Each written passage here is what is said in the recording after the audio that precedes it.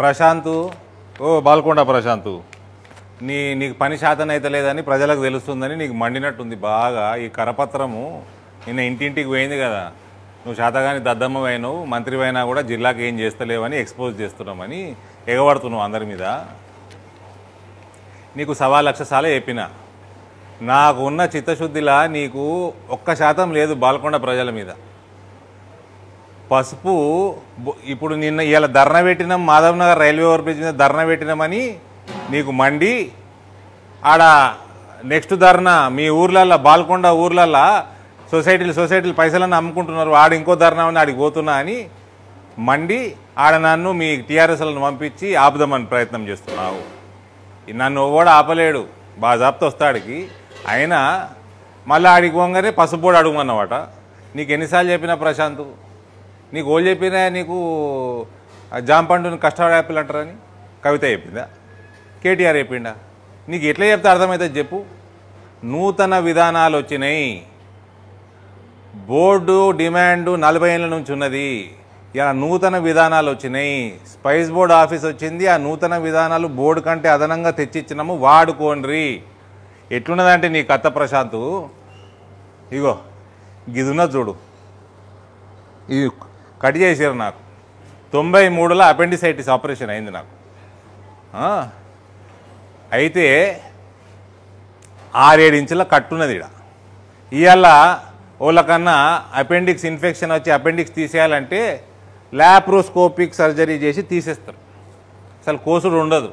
లే నాకు కొయ్యాల్సిందే, అరవింద్ అన్నకు 6 ఇంచులు కత్తిపోటు ఉన్నది, మాకు కూడా ఉండాలి అంటే డాక్టర్లు చేయరాదు, అలాగే చేయరు కూడా.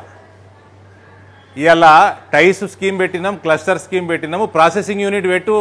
నీ నియోజకవర్గంలో వేల్పూర్లా ఎకరాలు ఉన్నాయి కదా, ఖాళీ జాగా గోడ కట్టుకొని కూర్చున్నావు కదా, అందులో ప్రాసెసింగ్ యూనిట్ పెట్టు. రైతులతోటి టైఅప్ చేపి ఆ ప్రాసెసింగ్ యూనిట్కి నీ రాష్ట్ర ప్రభుత్వం ఇచ్చిన దానికంటే రూపాయి ఎక్కనే ఇప్పిస్తా కానీ తక్కిప్పియా నేను. 60 నుంచి 80% సబ్సిడీలు వస్తాయి టైస్ స్కీమ్ కింద పెట్టు.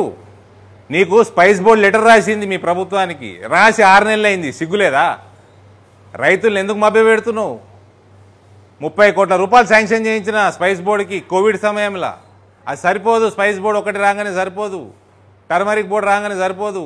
ఈ టైస్ క్లస్టర్ స్కీమ్ ఇవ్వాలా, ఎక్స్పోర్ట్ పెంచాలా, అవన్నిటికీ ప్రాసెసింగ్ యూనిట్లు, ప్యాకేజింగ్ యూనిట్లు రావాలా, ఎక్స్పోర్ట్ ఓరియంటెడ్ యూనిట్లు రావాలా.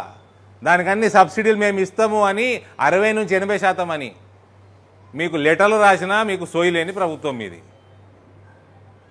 మళ్ళా నిన్ను ఎక్స్పోజ్ చేస్తున్నాం, నీకు పని చేస్తలేవు జిల్లాకు అని చెప్తే మళ్ళీ ఎగేసుడు. టీఆర్ఎస్లో ఉన్న రైతన్న సోదరులందరూ మీతోటి మాకు కూడా పని ఉన్నది. దయచేసి నూతన విధానాలు, ఇలా ఎక్స్పోర్ట్ డిమాండ్ పెరుగుతున్నది రైతుల మన పసుపుకి, దాన్ని ఉపయోగించుకొని మనం రేట్లు పెంచుకోవాలి. ఇలా ఇంపోర్ట్ బ్యాన్ చేయించినాం, మనకు 3,000 రూపాయలు యావరేజ్ ఎక్కొచ్చింది పోయినసారి. కానీ మన టార్గెట్ ఏంది 15,000. అది అచీవ్ చేయాలా 2-3 ఏళ్ళ 4 ఏళ్ళ. దానికి తగ్గట్టు మనం అడుగులేయాలా.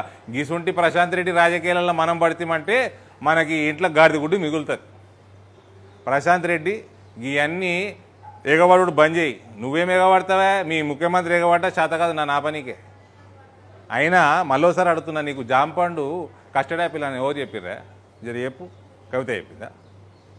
భారత్ మాతాకి జై.